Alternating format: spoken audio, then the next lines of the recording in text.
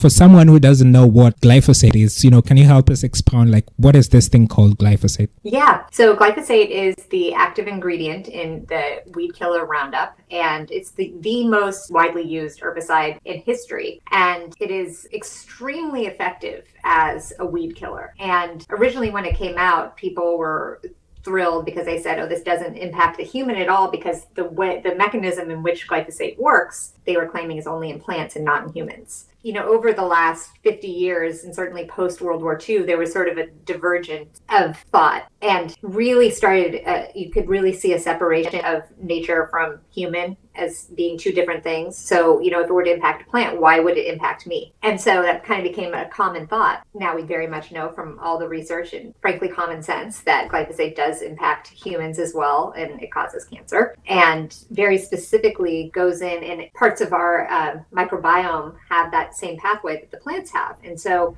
what kills the plants also kills a lot of our beneficial bacteria in our microbiome. And in fact, not only does it kill the beneficial bacteria, but it also potentiates some of the bad bacteria in the biome. So what is often still touted as being safe enough to drink, glyphosate is truly anything but. Yeah, we could look at the history of, these chemicals have become to be widely used from, you mentioned the World Wars. The Monsanto's actually supplying the US government these chemicals to go/forests in Vietnam so that they could see the military and so that they can kill them easily. So when you look at the history, how we've used these chemicals, it's just horrendous. And with glyphosate, it's also, it was first used as a boiler cleaner because it can clean metals, heavy metals out of pipes back in the day. And they realized, okay, we could also use this as a weed killer. But what it also does is chelates the different minerals in the soil. And then when the crops are grown, the minerals aren't bioavailable to the crop. So all of the things that you're eating, non-organically don't have the same nutrient levels that they would have prior to the use of glyphosate. And I mean, I just, like, a lot of times think, and that includes magnesium, and there's a huge magnesium deficiency problem in this country, and actually zinc too. And most people that would go and test for magnesium levels would find themselves deficient, and that is our relaxation mineral. So, what would happen if we actually had the correct amount of magnesium? I just think all these emotions would just slowly start decreasing.